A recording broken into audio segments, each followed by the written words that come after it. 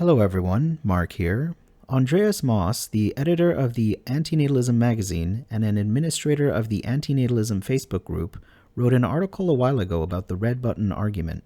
I thought he made some good points in it and that it was worth sharing. I will try to record this in one go with minimal edits, so please bear with me. If you have any comments about the article, I would love to hear your thoughts in the comment section. Why Antinatalists should stop talking about the red button. This article is an appeal to all antinatalists currently using the popular red button argument to consider if they should perhaps stop using it. This article will attempt to demonstrate how the red button argument harms antinatalism far more than it helps. Definition of the argument. The red button argument goes in and out of fashion in the antinatalism community and is notoriously controversial. Recently, it has become a topic of much discussion. The argument is basically this. If you could push a button and everyone on Earth dies a painless death in a second, leaving nobody behind, would you push that button? That is how people define the red button, although the argument comes in different flavors and variations, while sometimes presented like a magic button where everyone just disappears. It's more commonly presented as actually blowing up the Earth and killing everyone on it in the process. The red button argument has a visual association with a popular meme where pushing a red button means blowing something up. In some versions, the red button is supposed to provide a painless death, but in others, it may not be as painless. But since everything explodes, it will at least happen very quickly and everyone will immediately die. Seductive power over antinatalists to botch their own philosophy. People who say they would push this button may reason that it stops all life and therefore ends tons more in net suffering. Since there is nobody left to mourn those gone, many conclude that pushing the red button is justifiable and even ethical. This thought experiment has shown to have a large and seductive appeal to many antinatalists. If their original desire fantasy is for an empty and lifeless planet, pushing the red button must seem, from their perspective, to be a no-brainer. It would accomplish what they want, as quickly and easily as the push of a button, and best of all, painlessly, or at least more painless in net suffering. So why on earth would an antinatalist be against pushing the red button? Some antinatalists seem unable to compute or even enraged by the idea that any other antinatalist would refuse to push the button. How is it possible to be against it? Here is an attempt at explaining why. Issue 1. It's not actually really antinatalism to begin with. Antinatalism contains within it a broad spectrum of opinions, attitudes, and arguments, and there are so many variations there is a healthy debate and difference of opinion over how to define antinatalism, whether it's the antinatalism of David Benatar, Julio Cabrera, Karim Akurma, Peter Wesselsaf, Vehement, or one of the video producers on YouTube. But in the end, antinatalism really only deals with not procreating. Antinatalism claims it is unethical to create new lives.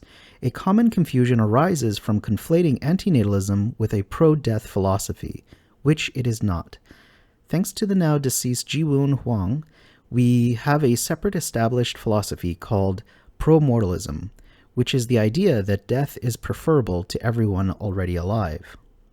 The difference seems to be surprisingly confusing to some, especially to people new to the topic, as they think it means the same thing, or that they follow from each other.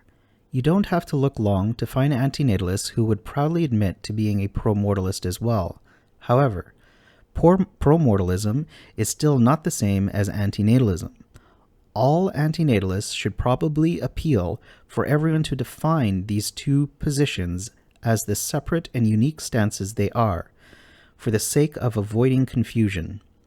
Antinatalism is one argument, and promortalism is a different one entirely. The latter is actually a far more complicated philosophy to argue for. It is also a much more dangerous philosophy too, because of the practical consequences of what it perhaps could entail. Among antinatalists, we also often see a divisive split on the prospect of death. It's common to see this certainty of death as an argument for why one shouldn't procreate, implying death is bad, while others will argue death is the release from the suffering that is existence, meaning death is good. If you are going to argue for pro-mortalism, it is highly important to argue for it on its own. Pro-mortalism should not be subtly turned into a position that must inherently imply antinatalism, and vice versa, as they are completely different topics. In general, conflating pro-death philosophy with never having come into existence in the first place muddles the topic of antinatalism in all kinds of negative ways. Critics of antinatalism typically conflate antinatalism with pro-mortalism. See, for example, Sam Harris' debate with David Benatar. "Why don't you kill yourself then?" is a common objection to antinatalism. If people were not already conflating pro-mortalism and antinatalism, they would be less able to make this move. If you yourself conflate wanting people to die with people not procreating, you are partially responsible for blurring and confusing the antinatalism position too, since the red button argument is about killing people that are already alive and doesn't deal with procreation. It is actually a pro-mortalist argument and not an antinatalist argument. Issue 2. Violating the autonomy of millions by forcing them to die. The red button is not just a pro-death argument, it also directly deals with murdering someone. Murder obviously has enormous ethical problems in itself, and here we are not talking about just one person, but hypothetical mass killing on the grandest scale. If you claim this is justified due to your belief that everyone would be better off dead and therefore kill them, it means you are violating everyone's autonomy. One of the common arguments for antinatalism is that the individual being born never consented to coming into existence. Life is basically a choice the parents made on behalf of the child coming into existence. Julio Cabrera argues this is a manipulation, a violation of the autonomy of the person coming into existence. More commonly, this is named the imposition argument, or the consent argument. Wouldn't it be hypocritical for the same people to argue consent is not needed when taking someone's life away? If you think consent is important in one instance, why wouldn't it also be equally, if not perhaps more important, to respect their consent in regards to the continuation of their life? Issue 3. Only a fundamentalist plans to kill other humans for their ideology. Every ideology or religion that uses the sacredness of its belief to justify killing people is soon attacked with the charge of fundamentalism and extremism, and rightly viewed with suspicion that they may become dangerous. This is the common perception. For anyone who supports the red button as a thought experiment, their challenge is to explain why they are an exception to this rule. Why is killing billions of people, as well as billions of animals, for a belief you personally hold all that different? Are you not an extremist or a fundamentalist? And are you not therefore doing your enemy's work for them by smearing the movement you wish to advocate by your negative association? Be aware you are holding a position that the vast majority of people do not agree with in the first place. Antinatalism is still a fringe and extremely small minority position on a global scale. It doesn't make it easier that even among antinatalists, many won't share your view either. Issue 4. The unfortunate side effects of the red button argument. Perhaps the most important argument I have to offer is my testimony as an administrator for many years for one of the largest online antinatalist communities on Facebook. I used to be confused about why there is a tendency by some antinatalists to suddenly start to discuss nukes, nuclear weapons, or killing to deal with the problem of life. There have been numerous cases where people have suggested killing in the name of a philosophy that was never about killing anyone in the first place. Recently in the antinatalism community, talk about nuclear solutions to reach extinction have been escalating and even become normalized. We are seeing more and more concerning justifications for benevolent killings. In the Antinatalism Facebook group, the moderators made a collective choice to kick and ban people who express themselves like this. It is of course highly concerning to see that such talk is flourishing. For a while it was suggested this behavior was down to a few unstable people, a few bad apples, but my concern is this is no longer the case. Antinatalism has now slowly been redefined as being about reaching extinction by any means necessary. This means a philosophy about procreative ethics has turned into a violent philosophy arguing for actually killing people. How did this happen? I've thought long and hard about how this has happened. It has actually become a strong tendency now. I patiently asked the people who talked like this how these ideas started developing for them. It all pointed to one place. As I suspected. Yes, you guessed it, the red button is the origin of all the nuke talk, which evolves into talk about killing people in general.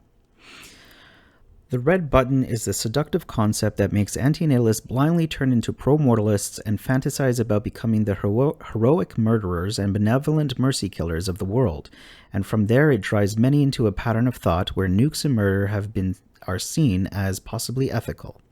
It makes sense when you think about it. If someone say, yes, it would be ethical to kill people if you could get everyone, then it is not bizarre the same people are discussing nuking the world. Worst consequences. Quote, killing an individual is immoral. Killing everybody is, however, perfectly moral. End quote.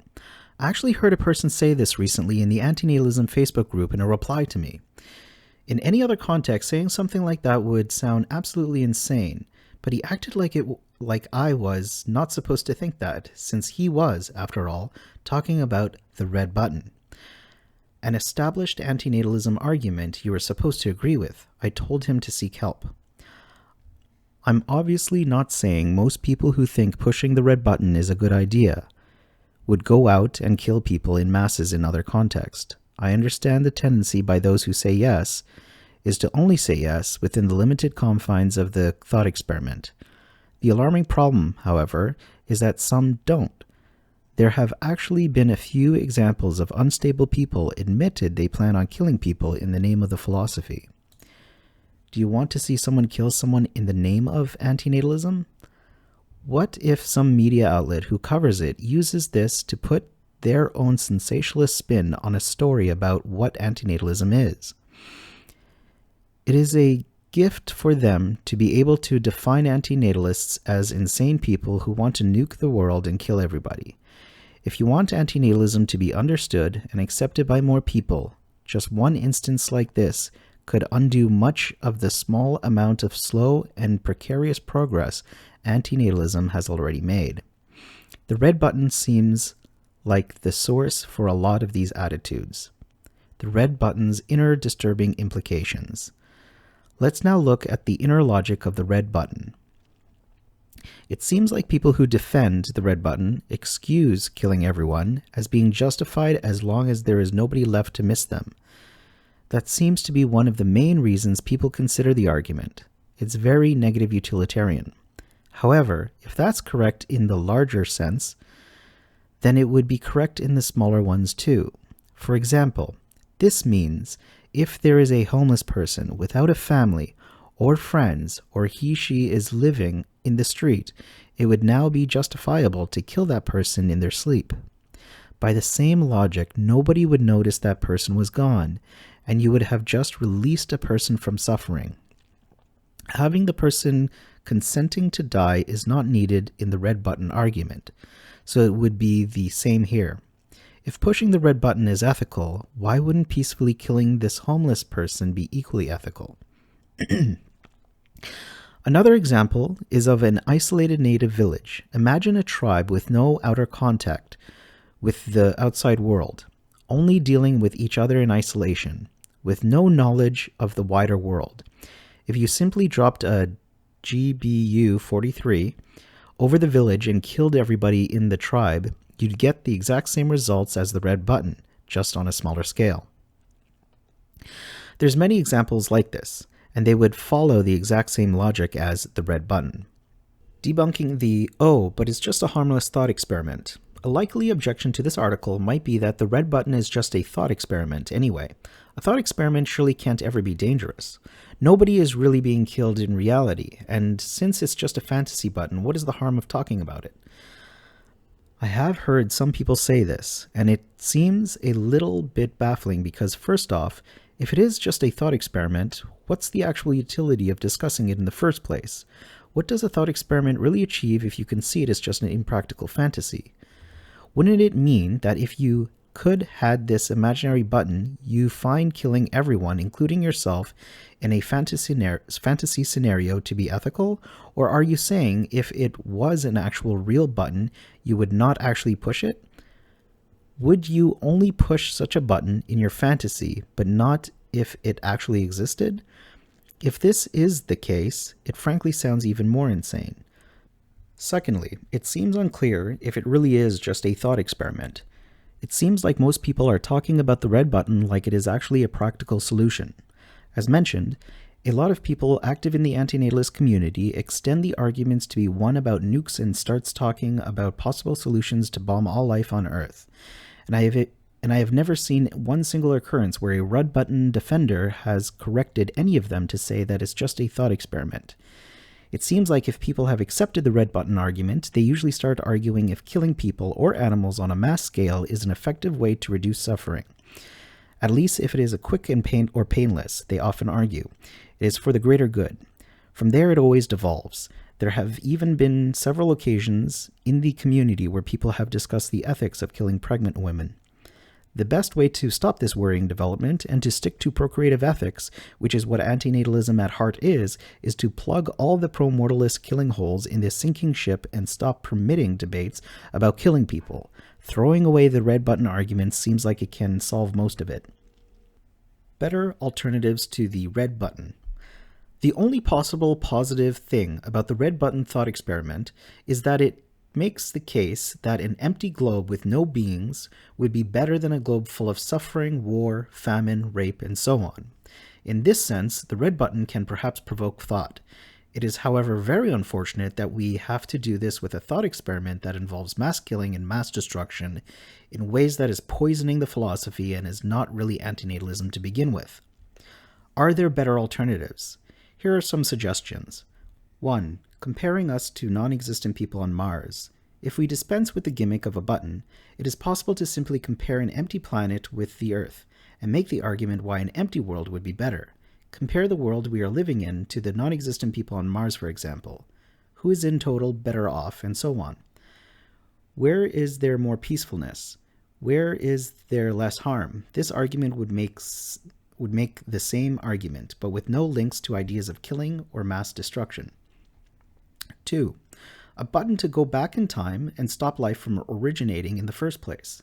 Imagine a button, choose your own color, where you could go back in time and prevent life from starting in the first place on Earth. It is a thought experiment that seems closer in spirit with antinatalism, since it's about preventing life and not killing existing ones, and does the same job in terms of argument. 3. Push a button to make everyone sterile.